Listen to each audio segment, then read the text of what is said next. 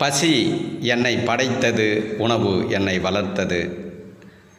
பசி உணவு மகேந்திரன். பசி எடுத்துதா, சாப்பிட்டீங்களா, மகிழ்ச்சியாக இருங்க. புரியுதுங்களா?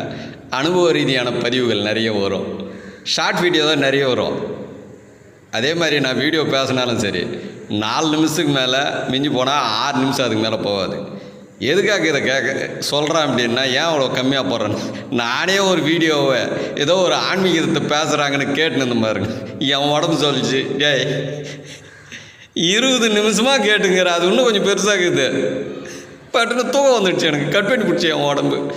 அப்போ நான் என்ன தான் நம்புகிறேன், நான் என் உடம்பு சொல்லுது, எப்பா போதும் ரெஸ்ட்டு போடுறாப்பா, நீ எவ்வளோ கற்றுக்கினாலும் சரி, இப்போ நான் அதை மரக்கடிக்கு போகிறேன், நீ மறந்து போட போகிறதுக்கு போய் நீ எதுக்கு நீ கஷ்டப்பட்டு அதெல்லாம் கேட்டுங்கிற.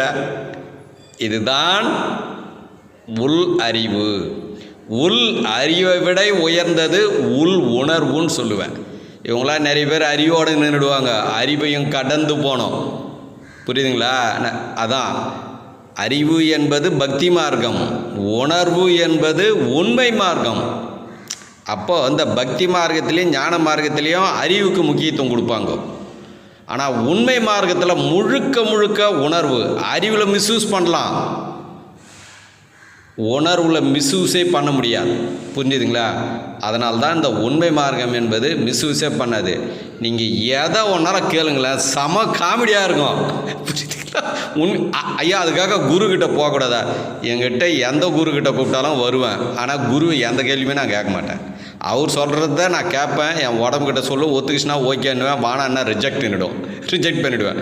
நான் எந்த கேள்வியுமே அவர்கிட்ட கேட்க மாட்டேன். நான் எந்த கேள்வியுமே என்கிட்ட தான் கேட்பேன். புரியுதுங்களா?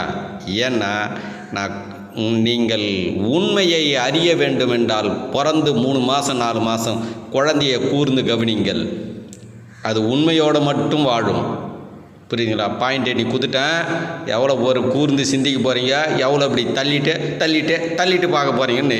எனக்கு எதனா தள்ளிங்க, எனக்கு என்ன ஆகுது? புரியுதுங்களா? அது உங்கள் விருப்பம்.